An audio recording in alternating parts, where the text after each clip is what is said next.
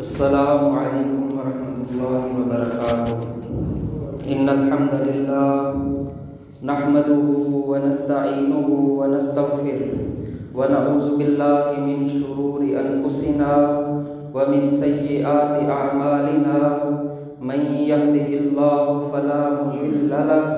ومن يضلل فلا هادي له۔ اشهد ان لا الہ الا اللہ وحدہ لا شریک له واشهد ان محمدا عبده ورسوله۔ اما بعد فاعوذ باللہ من الشیطان الرجیم۔ یا ایھا الذین آمنوا اتقوا اللہ حق تقاتہ ولا تموتن الا وانتم مسلمون۔ یا ایھا الناس اتقوا ربکم الذی خلقکم من نفس واحدہ وخلق منها زوجها وبث منهما رجالا كثيرا ونساء واتقوا الله الذي تساءلون به والأرحام إن الله كان عليكم رقيبا۔ يا أيها الذين آمنوا اتقوا الله وقولوا قولا سديدا يصلح لكم أعمالكم ويغفر لكم ذنوبكم ومن يطع الله ورسوله فقد فاز فوزا عظيما۔ أما بعد فإن خير الحديث كتاب الله وخير الهدي هدي محمد صلى الله عليه وسلم وشر الأمور محدثاتها فإن كل محدثة بدعة وكل بدعة ضلالة والضلالة في النار۔ يقول الله سبحانه وتعالى أعوذ بالله من الشيطان الرجيم وإن يريدوا أن يخدعوك فإن حسبك الله هو الذي أيدك بنصره وبالمؤمنين وألف بين قلوبهم لو أنفقت ما في الأرض جميعا ما ألفت بين قلوبهم ولكن الله ألف بينهم إنه عزيز حكيم۔ يا أيها النبي حسبك الله ومن اتبعك من المؤمنين۔ ہم سیرت النبی صلی اللہ علیہ وسلم کے حوالے سے کچھ خطبات جمعہ سے بات کر رہے ہیں، اور میں نے پچھلے خطبہ میں آپ کے سامنے یہ عرض کیا تھا کہ رسول اللہ صلی اللہ علیہ وسلم پر جب مکہ میں زندگی انتہائی مشکل ہو گئی اور دعوت کا کام جاری رکھنا وہاں پر ممکن نہ تھا، تو رسول اللہ صلی اللہ علیہ وسلم نے مکہ سے باہر کسی ایسی جگہ کی تلاش کا کام شروع کیا جہاں پر ہجرت کی جائے، جہاں جا کر اللہ کے دین کی دعوت کو پیش کیا جا سکے۔ اور ہم نے بات کی تھی کہ اس سلسلہ میں رسول اللہ صلی اللہ علیہ وسلم نے طائف کا سفر کیا، لیکن وہاں کے لوگوں نے بھی اللہ کے نبی صلی اللہ علیہ وسلم کی دعوت کو قبول کرنے کی بجائے آپ کے ساتھ انتہائی ظالمانہ رویہ اختیار کیا۔ تو جب اللہ کے نبی صلی اللہ علیہ وسلم طائف سے واپس آ گئے، آپ پھر اسی فکر میں لگے رہے، اور ساتھ ہی حج کا موسم شروع ہو گیا۔ تو موسم حج میں عرب کے مختلف علاقوں سے لوگ مکہ کے اندر حج کے لیے آتے تھے۔ مختلف قبائل علیحدہ علیحدہ جگہوں پر خیمہ زن ہوتے، ہر قبیلے کا اپنا قیام کا علاقہ ہوتا اور وہاں پر وہ بیٹھتے۔ تو رسول اللہ صلی اللہ علیہ وسلم مختلف قبائل کے پاس جانا شروع ہوئے، جس کے پاس بھی جاتے آپ ان سے بات کرتے۔ احادیث کے اندر موجود ہے، آپ فرماتے حل من رجل یحملنی الی قومہ، کیا تم میں سے کوئی ایسا شخص ہے جو مجھے اپنی قوم کے پاس لے جائے، جو مجھے اپنے قبیلے کے پاس لے جائے، اور وہاں پر میں جا کر کیا کام کروں؟ ان ابلغ کلام ربی،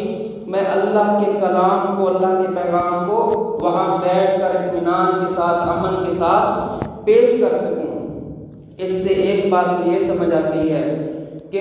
دعوت کے لیے، دعوت کے کام کو جاری رکھنے کے لیے آپ کو ہمیشہ ایک ایسی جگہ کی ضرورت ہوتی ہے جہاں امن کے ساتھ آپ دعوت کا کام کر سکیں۔ اور اللہ کا فضل ہے، اس وقت ہم پوری دنیا میں دیکھ لیں، چاہے وہ عرب کے علاقے ہیں، چاہے وہ یہ مشرق وسطیٰ کے علاقے ہیں، چاہے مشرق کے جو اس طرف کے ہماری سائڈ کے علاقے ہیں، تو دنیا میں کوئی ایسی جگہ نہیں ہے جہاں اسلام کے لیے اتنا امن ہو، دعوت کا کام کرنے والوں کے لیے اتنی پرسکون جگہ ہو، اتنا بہترین بیس کیمپ ہو جتنا اللہ نے پاکستان کی شکل میں ہمیں دیا ہے۔ یہ نعمت ہے، یہاں آپ دین کی ہر چیز کی تبلیغ کر سکتے ہیں، آپ کی زبانوں کے اوپر کوئی قدغن نہیں، آپ عقیدہ بیان کریں، صحیح عقیدہ قرآن و سنت کی روشنی میں آپ کر سکتے ہیں، آپ رسول اللہ صلی اللہ علیہ وسلم کی دعوت کو بیان کریں، آپ کو آزادی ہے، آپ یہاں پر اللہ کے نبی کے غزوات کا ذکر کریں، آپ کی سیرت کا یہ بہت بڑا پہلو آپ آزادی کے ساتھ بیان کر سکتے ہیں۔ دنیا میں مسلمان ملکوں کے اندر بھی ایسی آج آزادی حاصل نہیں ہے جو یہاں پہ اللہ تبارک تعالیٰ نے دی ہے۔ تو اس نعمت کو ہمیشہ دعوت کا کام کرنے والوں کو اپنے سامنے رکھنا چاہیے کہ جہاں پر ہم موجود ہیں وہاں کا امن، وہاں کا سکون، وہاں کا اطمینان، وہاں پہ فساد نہ ہو، وہاں پہ اختلافات اس شدت تک نہ پہنچیں کہ لوگ ایک دوسرے کی مخالفت میں تشدد کے راستے کے اوپر چلے جائیں، اس کا خیال کرنا دائی کی سب سے بڑی ذمہ داری ہے۔ اللہ کا فضل ہے کہ آج اللہ نے ہمیں یہ ملک دیا۔ آپ تصور کریں، یہ ہمارے قریبی ہماری بارڈر کے مشرق میں مسلمان رہتے ہیں، کیا ان کی تعداد ہم سے کم ہے؟ 30 لاکھ مسلمان ہیں انڈیا کے اندر، لیکن آج کل اگر آپ میڈیا کو دیکھتے ہیں، میڈیا کے اوپر آپ کی نگاہ ہے تو آپ کو اندازہ ہوگا وہاں پہ جمعہ کے اجتماعات کے اوپر پابندی لگ چکی ہے، نمازوں کے اوپر پابندی ہے، آپ اکٹھے نہیں ہو سکتے، آپ دین کی بات نہیں کر سکتے۔ یہ نعمت جو اللہ نے آج ہمیں دی ہے، اس نعمت کی ہمیں قدر کرنی چاہیے۔ تو رسول اللہ صلی اللہ علیہ وسلم بھی اسی طرح کی کسی جگہ کی تلاش میں تھے، ہر قبیلے کے پاس جاتے اور پھر سے نام لے کر کہتے یا بنی فلان، اے فلان قوم کے لوگوں، انی رسول اللہ علیکم، میں تمہاری طرف اللہ کا رسول بنا کے بھیجا گیا ہوں۔ رسول اللہ صلی اللہ علیہ وسلم دعوت دے رہے، سب سے پہلے اپنا تعارف، میں تمہاری طرف بھیجا گیا اللہ کی طرف سے، اور مجھے منصب ملا رسالت کا کہ میں اللہ کا پیغام تمہارے تک پہنچا دوں۔ یا مرکم، دعوت میری کیا ہے؟ کیا میں کوئی ایسی بات کرتا ہوں جو فطری تقاضوں کے خلاف ہے؟ نہیں، فرمائے یا مرکم ان تعبدوا ولا تشرکوا بہ شیئا، میں تمہیں حکم دیتا ہوں صرف ایک اللہ کی عبادت کرو جس نے مجھے رسول بنا کے بھیجا، اس کے ساتھ کسی کو شریک نہ کرو۔ یہ ایک ہی مطالبہ تھا رسول اللہ صلی اللہ علیہ وسلم کا کہ ایک اللہ کی عبادت پر آ جاؤ، اس کے علاوہ جس کی عبادت کی جاتی ہے، جن جن کو پکارا جاتا ہے، ان سب کو چھوڑ دو۔ یہ ایک مطالبہ بھی کوئی تسلیم کرنے کے لیے تیار نہیں تھا، اور فرماتے تھے وَأَن تَخْلَعُوا مَا تَعْبُدُونَ مِن دُونِهِ، تم اللہ کے علاوہ جن جن کی عبادت کرتے ہو ان سے کنارہ کش ہو جاؤ، یہ میری دعوت ہے۔ وَأَن تُؤْمِنُوا بِي، میرے اوپر ایمان لے آؤ، میری تصدیق کرو۔ وَتَمْنَعُونِي، اور میری حفاظت کرو۔ کب تک حفاظت کرو؟ یا اس وقت تک کہ میں وہ بات بیان کر دوں جس کے ساتھ اللہ تبارک و تعالیٰ نے مجھے مبعوث فرمایا ہے۔ اللہ کے نبی ہر ایک سے مطالبہ کرتے ہیں۔ اسی دور سارے قبائل انکار کرتے گئے، میں نے کچھ تفصیل بیان بھی کی تھی کہ آپ مختلف قبائل سے ملے، سب انکار کرتے رہے، کسی نے ہمت نہیں کی۔ اسی دور میں نبوت کا 11واں سال ہے اور رسول اللہ صلی اللہ علیہ وسلم کی ملاقات 6 لوگوں سے ہوتی ہے، خزرج کے لوگ ہیں جو مدینہ سے آئے ہوئے تھے۔ مدینہ کا اس وقت کا نام یثرب تھا، اور اس کے حالات یہ تھے کہ وہاں اوس اور خزرج 2 بڑے قبائل تھے، دونوں کی آپس میں جنگیں تھیں، دونوں ایک دوسرے کے خون کے پیاسے، اور اس دور میں خاص طور پہ تازہ ان کے درمیان جنگ بواز چل رہی تھی جس میں ان کے سارے سردار مارے گئے تھے، سارے سردار قتل ہو گئے تھے، صرف عبداللہ بن ابی ایک معروف شخص تھا جو اس جنگ کے اندر بچا تھا، باقی جتنے سردار کے قتل ہو گئے۔ اور نئی قیادت وہاں پہ نئے نوجوانوں کے ہاتھ میں سرداری آئی، قبائل کا نظام آیا۔ تو یہ یثرب کا علاقہ، ساتھ وہاں بڑی آبادی جو تھی، بڑی آبادی وہ یہودوں کے اوپر تھی، بڑے بڑے یہود کے قبائل وہاں آباد تھے، اور یہ یہودی ایک تو روم کے ظلم کی وجہ سے نکلے تھے، ہجرت کر کے یہاں پر آئے تھے، لیکن مدینہ کے پاس آباد ہونے کی ان کے ذہن میں وجہ یہ تھی کہ وہ اپنی کتابوں میں اس بات کو جانتے تھے رسول اللہ صلی اللہ علیہ وسلم کی جائے ہجرت مدینہ ہے، اللہ کے نبی نے اسی علاقے کے اندر آ کر اللہ کے آخری نبی نے اپنی دعوت کا کام کرنا ہے، تو اس لیے پہلے وہاں پر آ کر بیٹھے ہوئے تھے۔ تو اللہ کے نبی صلی اللہ علیہ وسلم کا تذکرہ، آپ کے بارے میں بشارتیں، آپ کے مبعوث ہونا، آپ کی ہجرت، یہ وہاں پر ڈسکس ہوتی تھی۔ مکہ کے قریب کوئی ایسی اہل کتاب کی بڑی آبادی نہیں تھی، وہاں اکا دکا لوگ تھے اہل کتاب کے، کوئی عیسائی تھے جو وہاں پر آباد تھے، جو باہر سے آئے تھے، جن کے سامنے کچھ کتاب کا تصور اور آسمانی دینوں کا تصور موجود تھا، جبکہ مدینہ یثرب کے اندر یہودی پہلے سے انتظار میں بیٹھے ہوئے تھے۔ اللہ تعالیٰ نے خود قرآن مجید میں بیان کیا، یستفتحون علی الذین کفروا، یہودی کافروں کو، اوس اور خزرج کے جو مشرک تھے، کافر تھے، ان کو ڈراتے اور دھمکاتے تھے کہ ہم ابھی اس علاقے کے اندر آخری نبی مبعوث ہونے والا ہے، جب وہ مبعوث ہوگا ہم اس کا ساتھ دیں گے اور پھر تمہیں اس وقت ہم تمہیں نیست و نابود کر دیں گے، تمہارا ملیہ میٹ کر دیں گے۔ دھمکیاں دیتے تھے مشرکین کو یہودی کہ ہم اس نبی کا ساتھ دیں گے، وہ آئے گا، کیونکہ وہ امید رکھتے تھے کہ یہ نبی بھی اسی طرح ہمارے اندر سے ہی آئے گا جس طرح پہلے انبیاء سارے بنی اسرائیل کے اندر سے آئے تھے۔ فلما، اللہ تعالیٰ کہتے ہیں کہ جب وہ رسول آ گئے، کفروا، انہوں نے انکار کر دیا، اور وہ جانتے تھے ما عرفوا، قرآن مجید کے اندر ہے، اس چیز کا انکار کر دیا جس کو خود پہچانتے تھے۔ تو وہاں پہ تذکرہ موجود تھا کہ یہ ایک گروہ صرف 6 افراد کے مشتمل، اور خزرج قبیلے کا، اوس بھی اس کے اندر شامل نہیں تھے۔ 11 نبوت کو رسول اللہ صلی اللہ علیہ وسلم حج کے موسم میں ان سے ملتے ہیں۔ آپ نے پوچھا کہ تم کون؟ انہوں نے کہا ہم خزرج کے فلاں قبیلہ میں سے ہے۔ آپ نے کہا تم وہی لوگ ہو جو یہودیوں کے ساتھ جن کے معاہدات ہیں؟ کہنے لگے کہ ہاں ہم وہی لوگ ہیں جن کے یہودیوں کے ساتھ معاہدات ہیں۔ تو آپ نے کہا کہ میری بات سنو غور سے، میں تمہیں اپنی دعوت پیش کرنا چاہتا ہوں۔ انہوں نے آپ کو وہاں پہ بیٹھنے کی جگہ دی، تو رسول اللہ صلی اللہ علیہ وسلم نے ان کے سامنے اپنی دعوت پیش کی، اپنا تعارف پیش کیا، اللہ کی توحید کو ان کے سامنے رکھا۔ اب اللہ تبارک و تعالیٰ نے ان کے نصیب میں یہ بات لکھی ہوئی تھی، تو وہ جو 6 افراد تھے، جب انہوں نے رسول اللہ صلی اللہ علیہ وسلم کی بات اور نبوت کا ذکر سنا تو آپس میں مشورہ کرنے لگے، کہنے لگے کہ ہم یہودیوں سے جس نبی کا تذکرہ سنتے ہیں وہ نبی یہی ہیں، آج ہماری ان سے ملاقات ہو گئی ہے، اب اس بات کے اوپر ہمیں جلدی کرنی چاہیے کہ اس سے پہلے کہ یہودی ان کا ساتھ دے دیں، ہم اس نبی کے اوپر ایمان لے اور ان کا ساتھ دے دیں، تاکہ یہودی جو دھمکیاں ہمیں دیتے ہیں اس کی بجائے یہ نبی ہمارے ساتھ کھڑے ہونے والے ہوں۔ تو یہ بات ان کے ذہنوں میں پہلے سے موجود تھی۔ اس بات کو سامنے رکھتے ہوئے انہوں نے آپس میں مشورہ کیا، اور 6 کے 6 افراد رسول اللہ صلی اللہ علیہ وسلم کے اوپر ایمان لے آئے۔ یہ پہلا باقاعدہ قافلہ تھا رسول اللہ صلی اللہ علیہ وسلم پر ایمان لانے والا یثرب کا۔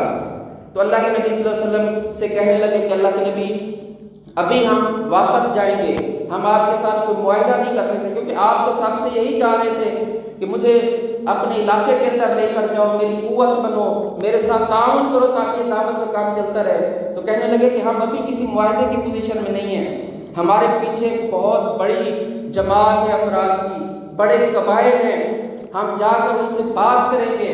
اور ان کو آپ کے دین کی دعوت دیں گے اور ان کو قائل کریں گے اپنے خاندانوں کو، پھر ہم آ کر آپ کے ساتھ کسی معاہدے کی بات کریں گے۔ تو یہ لوگ واپس چلے گئے۔ اب جب یہ واپس گئے تو پھر انہوں نے اللہ کے دین کے لیے محنت شروع کر دی۔ آج ہم بھی دیکھیں ہم کتنی دین کے لیے محنت کرتے ہیں۔ 6 افراد آئے تھے رسول اللہ صلی اللہ علیہ وسلم کے پاس، اور یہ سارے خزرج میں سے تھے۔ ٹھیک 1 سال بعد 12 نبوت کو جب یہ واپس آئے تو 12 افراد ان کے ساتھ تھے، 6 یہ تھے، 6 نئے افراد تھے، لیکن یہ سارے ایمان والے نہیں تھے۔ مدینہ کے تقریباً ہر گھر کے اندر اسلام اور ایمان پہنچ چکا تھا، اور وہاں پر اللہ کے نبی کی دعوت عام گھروں کے اندر اور محفلوں میں ڈسکس ہونا شروع ہو چکی تھی۔ اتنی انہوں نے محنت کی اس دوران، اور اپنے ساتھ اگلے سال 6 نئے افراد کو لے کر 12 افراد رسول اللہ صلی اللہ علیہ وسلم کے پاس واپس آئے۔ آج ہم سوچیں کیا ہم ان لوگوں کے یہ صحابہ کرام ہیں جن کو معیار ایمان قرار دیا گیا قرآن مجید کے اندر؟ اللہ نے کہا فَإِنْ آمَنُوا بِمِثْلِ مَا آمَنْتُمْ بِهِ فَقَدْ اهْتَدَوْا، اگر تم ان جیسا ایمان لاؤ گے تب تم ہدایت کے اوپر ہو۔ یہ ایمان کا معیار ہے ہمارے لیے، یہ عمل کا معیار ہے، ان کی زندگیاں، ان کی سیرتیں، ان کے کردار ہمارے لیے مشعل راہ ہیں، ان سے سیکھنا چاہیے۔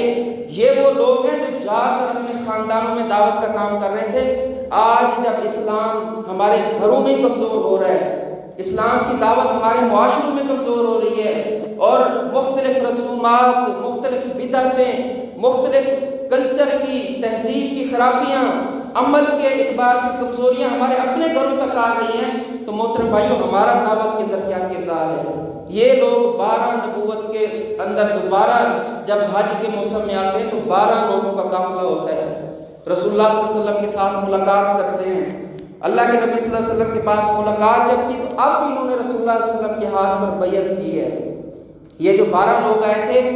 انہوں نے رسول اللہ صلی اللہ علیہ وسلم کے ہاتھ پر مینا کے میدان میں، جو بڑا آخری جمرہ ہے جہاں پر شیطان کو کنکریاں ماری جاتی ہیں، اس کے پاس ایک گھاٹی میں اللہ کے نبی صلی اللہ علیہ وسلم کے ہاتھ پر بیعت کی،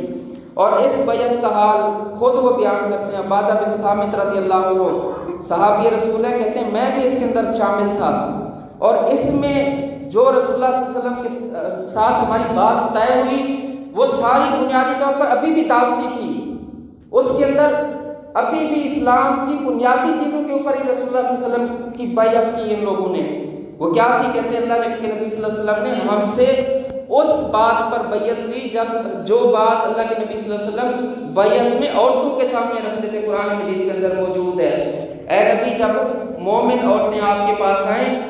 اور آپ کی بیعت کرنے چاہیں تو آپ ان سے بیعت لیں، کس چیز کے اوپر؟ کہ یہ شرک نہیں کریں گی، یہ جو ہے زنا نہیں کریں گی، یہ چوری نہیں کریں گی، یہ بہتان تراشی نہیں کریں گی، یہ اولاد کا قتل نہیں کریں گی، ان باتوں کے اوپر آپ ان سے بیعت لیں۔ تو حضرت عبادہ بن صامت کہتے ہیں کہ اللہ کے نبی صلی اللہ علیہ وسلم نے ان 12 افراد سے بھی اسی بات کے اوپر بیعت لی جو اسلام کی بنیادی تعلیمات تھی، اور ان میں سب سے پہلی تعلیم شرک، کہ تم شرک نہیں کرو گے، اللہ کے ساتھ کسی کو شریک نہیں ٹھہراؤ گے۔ آج مسلمانوں کو بھی اس بات کی ضرورت ہے کہ ہم اللہ کے نبی صلی اللہ علیہ وسلم کی اس سیرت پر عمل کرتے ہوئے شرک کا کم از کم اندازہ تو لگائیں کہ یہ کیا چیز ہے، شرک ہوتا کیا ہے، توحید سے یہ مختلف کیسے ہے، کس کام کو شرک کہتے ہیں۔ جب ہمیں پتہ ہی نہیں ہوتا تو لا علمی کے اندر ہمارے معاشرے کے اندر بھی ایسے کام ہوتے ہیں جو شرک کے زمرے میں آتے ہیں۔ آپ قرآن مجید سے توحید کو پڑھیں، شرک کو پڑھیں، سمجھ اور عقائد کو پڑھیں کہ جو اس وقت کے غلط عقائد کے حامل لوگ تھے ان کے اصل میں عقیدے تھے کیا۔ جب ہمیں وہ سمجھ آ جائیں گے پھر ہمیں صحیح عقیدے کی پہچان ہوگی۔ تو رسول، کیونکہ یہ جو عمل ہے نا شرک کا، یہ ایسا عمل ہے جس کو کسی صورت میں معاف نہیں کیا جاتا۔ ان اللہ لا یغفر ان یشرک بہ ویغفر ما دون ذلک لمن یشاء۔ اللہ اس بات کو کبھی معاف نہیں کرے گا کہ اس کے ساتھ کسی کو شریک ٹھہرایا جائے، لیکن اس کے علاوہ جس چیز کو چاہے گا معاف کر دے گا۔ عام مسلمان سے غلطی ہو سکتی ہے، کبھی عمل کے اندر کوتاہی ہو جاتی ہے، کبھی کسی اور چیز کے اندر اس سے غلطی ہو جاتی ہے، اللہ چاہے گا تو بغیر سزا دیے معاف کر دے گا، توبہ کے ساتھ معاف کر دے گا، نیک اعمال اس کے گناہوں کو مٹانے کا سبب بن جائیں گے۔ لیکن جو شرک ہے یہ اصلاح کے بغیر اور اس کو چھوڑے بغیر، معافی کے بغیر معاف ہونے والا عمل نہیں ہے۔ اس لیے قرآن مجید نے اس کی بڑی شدید مذمت کی ہے۔ تو عبادہ رضی اللہ عنہ کہتے ہیں کہ ہم نے رسول اللہ صلی اللہ علیہ وسلم کے ہاتھ پر ان 12 لوگوں نے جو بیعت کی وہ یہی تھی کہ ہم شرک نہیں کریں گے، اور پھر دوسری بات یہ تھی کہ ہم زنا کے قریب نہیں جائیں گے، بدکاری نہیں کریں گے۔ آج کے معاشرے میں اس بات کی بڑی اہمیت ہے۔ ہم دیکھیں کہ ہمارے ہاں کردار کی عظمت، کردار کی پاکیزگی، عفت اور حیا کا تصور ختم ہوتا جا رہا ہے۔ جائز اور ناجائز تعلقات کی بات بہت پرانی باتیں ہو گئی ہیں، اس کا احساس تک معاشرے سے جاتا جا رہا ہے۔ اس کی وجہ یہ ہے کہ ہم اپنے لوگوں کو تربیت کرنے کے اندر ناکام رہے ہیں۔ تو یہ اتنا بڑا کام ہے کہ مومن جو ہے ایمان والا اس کی عزت محفوظ ہو، وہ پاک دامن ہو، اس کا کردار انتہائی صاف ستھرا ہو کہ رسول اللہ صلی اللہ علیہ وسلم مدینے کی اس نوجوانوں کی جماعت سے اس کے اوپر بیعت لے رہے ہیں، تم اس کے قریب بدکاری کے قریب نہیں جاؤ گے۔ پھر بہتان تراشی یہ کیا چیز ہے؟ یہ بنیادی طور پر مسلمان معاشرے کو اندر سے کمزور کرتی ہے۔ لوگوں کے بارے میں بدگمانی، پھر جب وہ بدگمانی بڑھتی ہے تو اپنی طرف سے ان کے بارے میں کوئی باتیں بنا کر پیش کرنا شروع ہو جاتے ہیں۔ پھر لوگ محفلوں کے اندر ڈسکشن ہی یہی ہوتی ہے کہ ایک دوسرے کے بارے میں باتیں ہو رہی ہیں، اور اس کے ساتھ جو دل ہے وہ آپس میں ٹوٹ جاتے ہیں۔ جبکہ اللہ کا دین تو ان دلوں کو ملا کر مسلمانوں کو ایک جماعت بنانے والا ہے۔ وَالَّذِي أَيَّدَكَ بِنَصْرِهِ وَبِالْمُؤْمِنِينَ۔ اللہ فرماتے ہیں کہ اللہ کے احسانات میں سے یہ بات تھی، اے نبی اس نے اپنی خاص مدد سے آپ کی مدد کی، اللہ نے اپنی طرف سے آپ کی مدد کی، اور وَبِالْمُؤْمِنِينَ اور ایمان والوں کی جماعت کے ساتھ آپ کی مدد کی۔ آپ کو ایسے ساتھی دیے جو آپس میں جڑے ہوئے تھے، جن کے دل ملے ہوئے تھے، وَأَلَّفَ بَيْنَ قُلُوبِهِمْ لَوْ أَنفَقْتَ مَا فِي الْأَرْضِ جَمِيعًا مَا أَلَّفْتَ بَيْنَهُمْ۔ اللہ تعالیٰ نے ان کے دل آپس میں ملائے ہوئے تھے، یہ اللہ کا احسان تھا۔ آج اگر ہمارے دل ایک دوسرے سے نہیں ملتے، معاشرے کے اندر اختلافات ہیں، لوگ ٹوٹے پھوٹے ہوئے ہیں، اور مسلمانوں کا آپس میں جو تعلق ہے وہ کمزور ہے، اس کی وجہ یہ ہے کہ ہماری زبانیں کنٹرول میں نہیں ہیں۔ یہاں بدگمانیاں بھی چلتی ہیں، غیبتیں بھی ہوتی ہیں، بہتان بھی تراشے جاتے ہیں، الزامات بھی لگائے جاتے ہیں، اس کی وجہ سے لوگ ایک دوسرے سے دور ہو جاتے ہیں۔ تو رسول اللہ صلی اللہ علیہ وسلم نے اس کے اوپر خاص ان سے بیعت لی کہ تم بہتان نہیں لگاؤ گے، چوری نہیں کرو گے۔ تو وہ کہتے ہیں کہ یہ ہم نے رسول اللہ صلی اللہ علیہ وسلم کے ساتھ بیعت کی۔ اب ہم جب واپس جانے لگے تو اللہ کے نبی صلی اللہ علیہ وسلم سے ہم نے کہا کہ اللہ کے نبی آپ ہمارے ساتھ کوئی ایسا فرد بھیج دیں جو ہماری قوم کو جا کر دین کی دعوت دے۔ تو رسول اللہ صلی اللہ علیہ وسلم نے انتخاب کیا ایک نوجوان صحابی کا، مصعب بن عمیر رضی اللہ عنہ۔ رسول اللہ صلی اللہ علیہ وسلم کے انتہائی پیارے صحابی، ان کی سیرت کو بھی کسی وقت پڑھیں۔ اللہ کے نبی صلی اللہ علیہ وسلم پر جب ایمان لائے تو مدینہ میں ان سے زیادہ جو نعمتوں میں پلنے والا انسان کوئی، مکہ میں ان سے زیادہ نعمتوں میں پلنے والا انسان کوئی نہیں تھا، ان سے زیادہ خوبصورت انسان کوئی نہیں تھا، لیکن والدہ نے ان کا لباس تک لے لیا، کھانا بند کر دیا،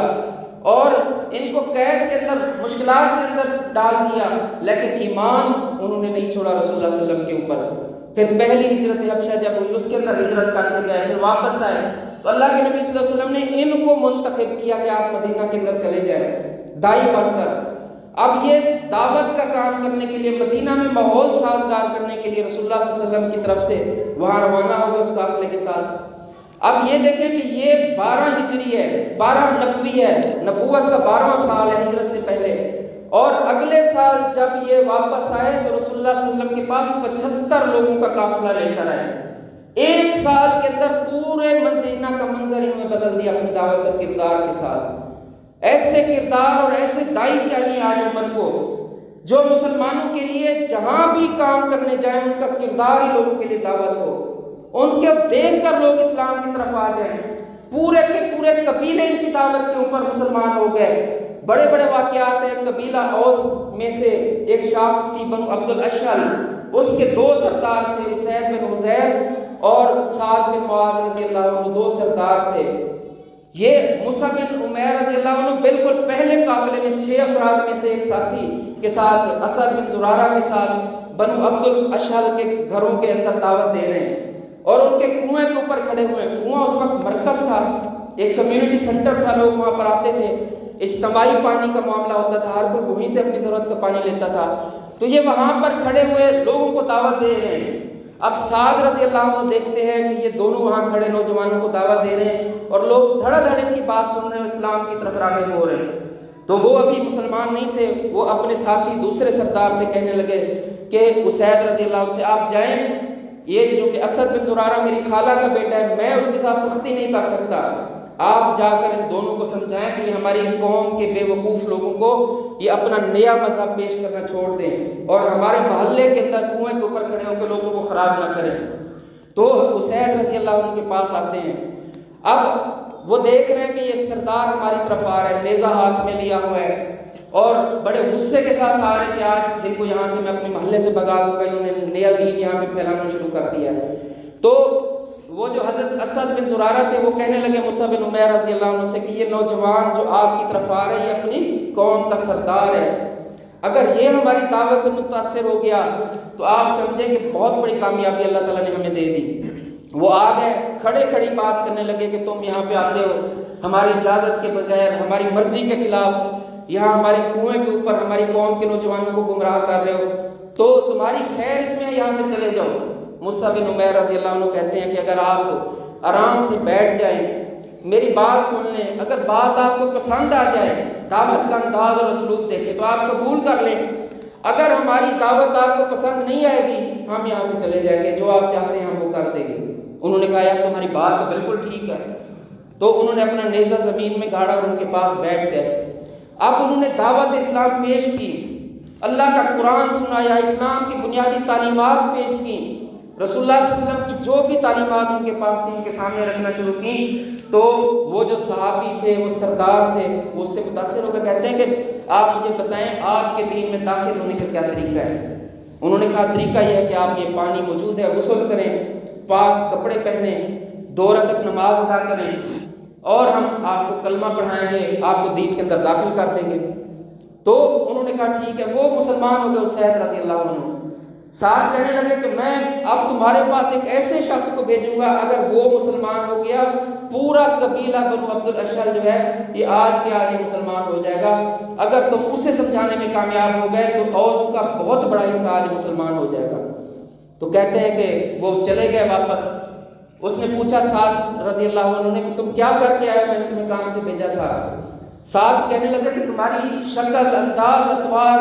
بدلا سے اس سے محسوس ہوتا ہے کہ تم نے وہ کام نہیں کیا، تم تو خود کسی نئے کام کا شکار ہو گئے ہو۔ وہ کہتے ہیں نہیں معاملہ بہت خطرناک نہیں ہے، میں نے انہیں سمجھا دیا ہے، وہ جانے لگے ہیں، لیکن ایک بات ہے کہ فلاں قبیلے کے لوگ، بنو حارثہ کے لوگ آپ کے خالہ زاد بھائی کے لیے ہتھیار لے کر جا رہے تھے کہ آج ہم اسے قتل کر دیں گے، اسد بن زرارہ کو، جو وہاں میزبان تھے مصعب بن عمیر رضی اللہ عنہ کے، کہ آج ہم کو وہ قتل کر دیں گے، انہوں نے نیت کر لی ہے۔ تو یہ بڑے غصے میں اٹھے کہ پھر تو تم نے کوئی کام نہیں کیا، ادھورا کام کر کے آ گئے ہو، اپنا نیزہ لیا اور بھاگتے ہوئے اس طرف آ گئے۔ جب آئے تو اسی طرح حضرت مصعب بن عمیر کے ساتھ انہوں نے سختی کی، روکا، کہا کہ تم کس طرح یہاں ہمارے کنویں کے اوپر لوگوں کو دعوت دے سکتے ہو؟ کہتے ہیں آپ میری بات سن لیں، اگر آپ کو میری دعوت اور بات پسند آئے تو قبول کر لیں، اگر نہ پسند آئے تو آپ اس کو ریجیکٹ کر دیں اور ہم یہاں سے چلے جائیں گے۔ تو انہوں نے کہا چلو ٹھیک ہے بات سناؤ۔ انہوں نے بات سنی، سورۃ زخرف کا جو ابتدائی حصہ ہے قرآن مجید کا، وہ آیتیں پڑھ کے سنائیں جس کے اندر قرآن مجید کے نازل ہونے کا تذکرہ ہے، بہت خوبصورت قرآن کا یہ حصہ ہے۔ جب یہ سنایا، اللہ کے نبی کی دعوت پیش کی، تو وہ اسی وقت متاثر ہو گئے، کہتے ہیں مجھے بھی اس اسلام کے اندر داخل کریں۔ اب یہ سعد بن معاذ رضی اللہ عنہ واپس اپنے قبیلے میں جاتے ہیں، سب کو جمع کیا، مردوں کو، عورتوں کو، کہتے ہیں کہ تم مجھے اپنے اندر کس طرح کا انسان پاتے ہو؟ وہ کہنے لگے کہ آپ ہم میں سے سب سے سمجھدار ہیں، صاحب الرائے ہیں، بہترین سردار ہیں، ہم آپ سے خوش اور راضی ہیں۔ کہنے لگے کہ میں تمہارے ساتھ اس وقت تک کلام نہیں کروں گا جب تک تم اس اسلام اور دین کو قبول نہیں کرتے۔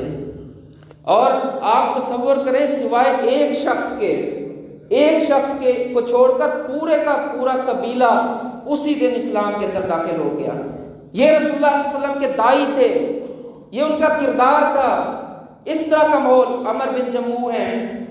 یہ 60 سال کی عمر میں ہے اور سردار ہیں یہ بھی۔ ان کے بیٹے جن کو آپ جانتے ہیں معاذ بن عمر، جنہوں نے ابو جہل کو قتل کیا بدر کے اندر، تو عمر بن جموح نے اپنا ایک بت بنایا ہوا تھا منات، اسے خوبصورت مہنگی ترین لکڑی سے بنایا اور اپنے گھر کے اندر ایک کمرہ سجا کے اس کے اندر رکھا ہوا تھا۔ اب ان کے بیٹے مسلمان ہو گئے مصعب رضی اللہ عنہ کی دعوت کی وجہ سے،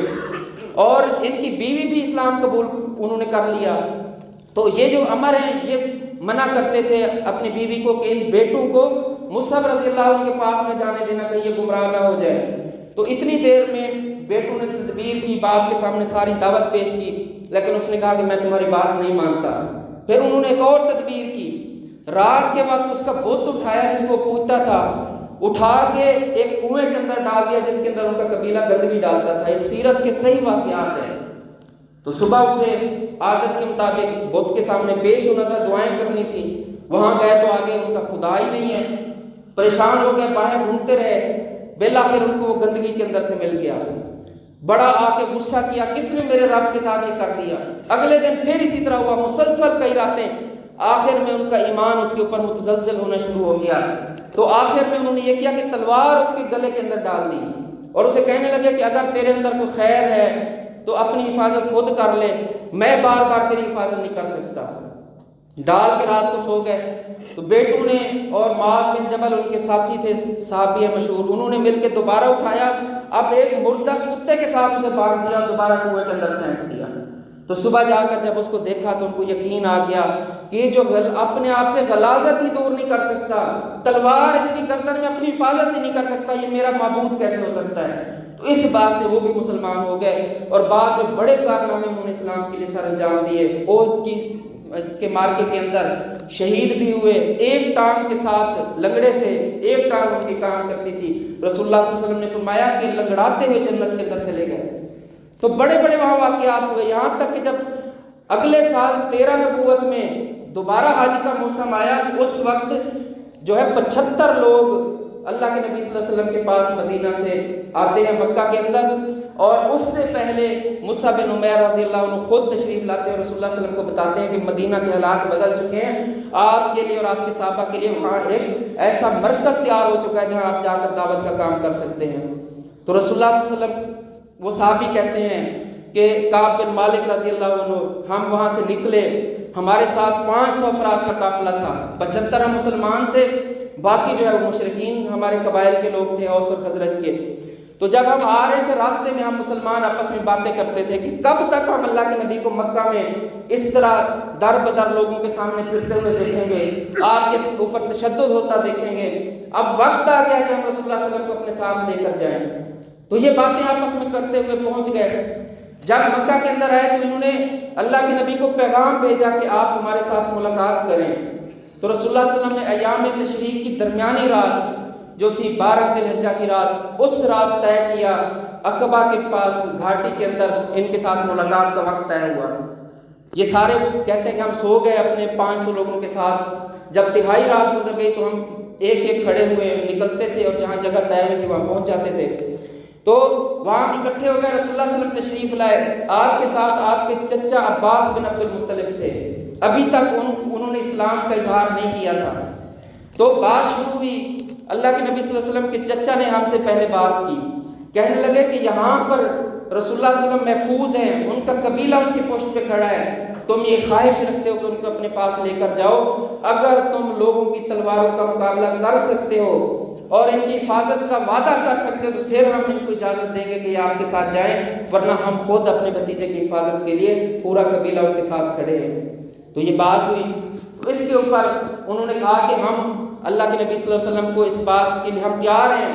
ہمیں جانیں قربان کرنی پڑے، ہمیں جو کچھ برداشت کرنا پڑے ہم کریں گے، ہم رسول اللہ صلی اللہ علیہ وسلم کو لے جانے کے لیے تیار ہیں۔ تو پھر انہوں نے کہا اللہ کے نبی آپ بتائیے آپ کن شرائط پہ ہمارے ساتھ معاہدہ کرتے ہیں، کیا بات ہے جو آپ ہمارے سامنے رکھتے ہیں؟ رسول اللہ صلی اللہ علیہ وسلم نے پہلی بات یہ رکھی کہ تم ہماری مسلمانوں کی حفاظت اس طرح کرو گے جس طرح تم اپنے بیوی بچوں کی حفاظت کرتے ہو دشمن سے، یعنی تم ہمارے ساتھ ہر معاملے میں کھڑے ہو گے، امن ہے یہ جنگ ہے کسی بھی صورت میں تمہیں ہمارا ساتھ دینا پڑے گا۔ انہوں نے کہا کہ اس کے بدلے میں کیا ملے گا؟ اللہ کے نبی صلی اللہ علیہ وسلم نے فرمایا اس کے بدلے میں جنت ملے گی۔ ایک صحابی کھڑے ہوئے کہتے ہیں اللہ کے نبی ہمارے یہودیوں کے ساتھ معاہدات ہیں، اب ہمیں جب ہم آپ کے ساتھ معاہدہ کریں گے تو یہودیوں کے معاہدے ختم ہو جائیں گے، اس کے بعد اگر آپ کو کل کو فتح ملی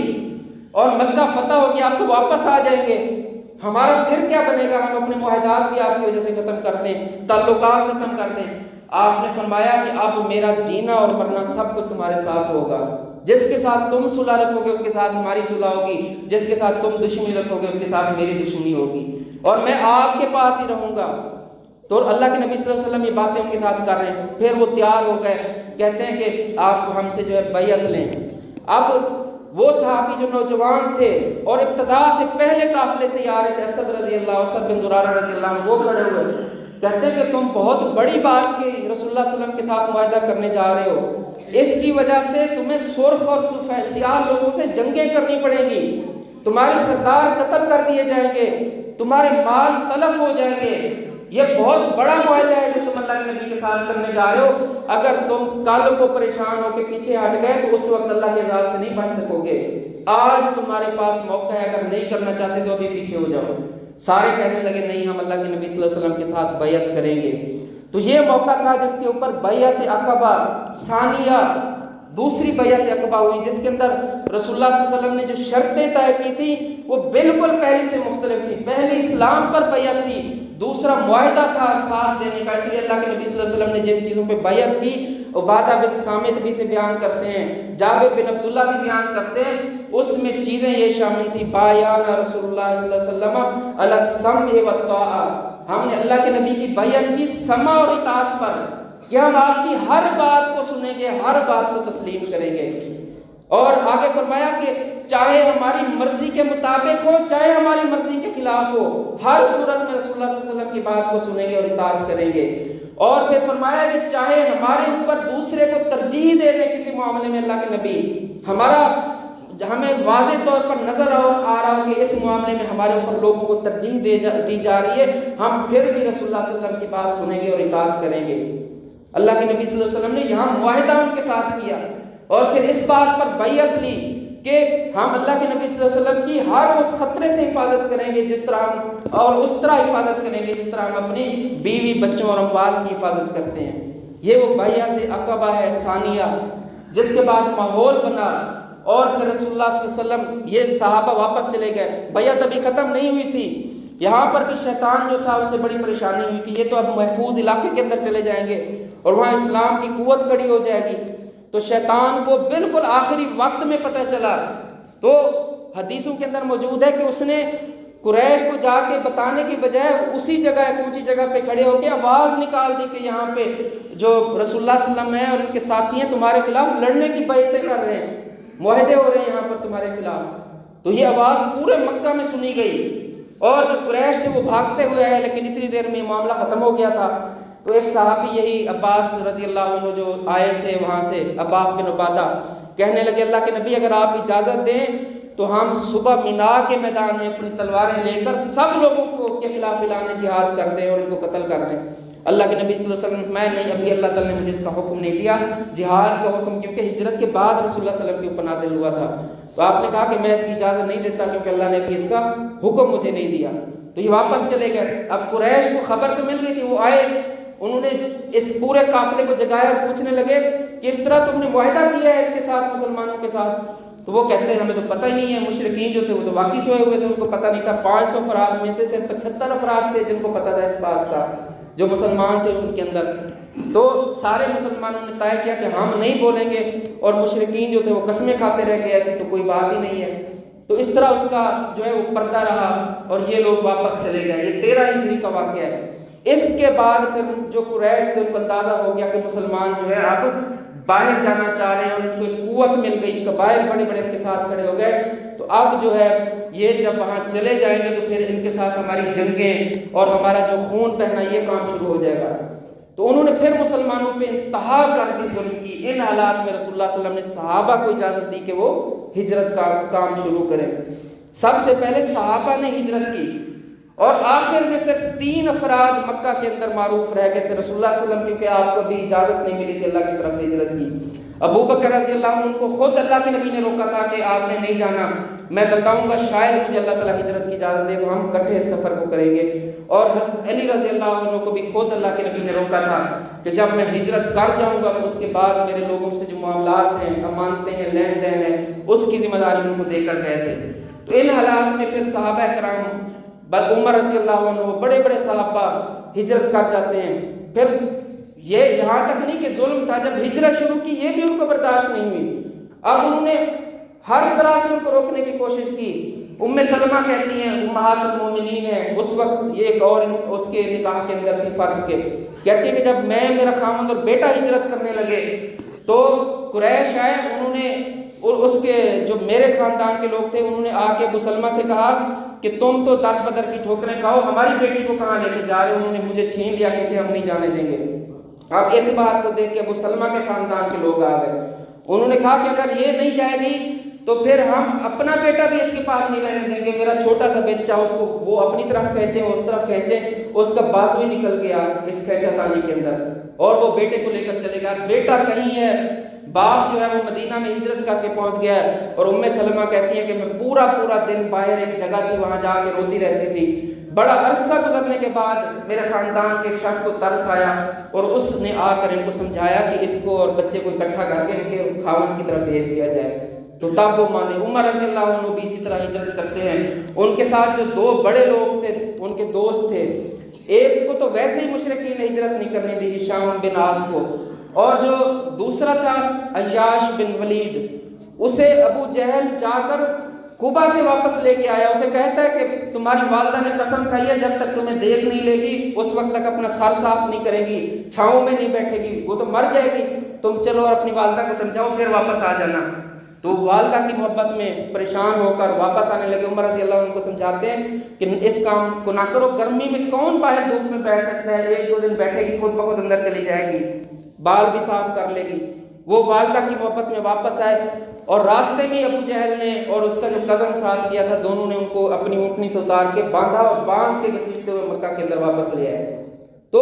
وہاں تک پیچھا کرتے رہے، لیکن یہ وہ حالات تھے جن میں رسول اللہ صلی اللہ علیہ وسلم نے ہجرت کی اجازت دی اور مدینہ مسلمانوں کا ایک باقاعدہ مسکن بنا۔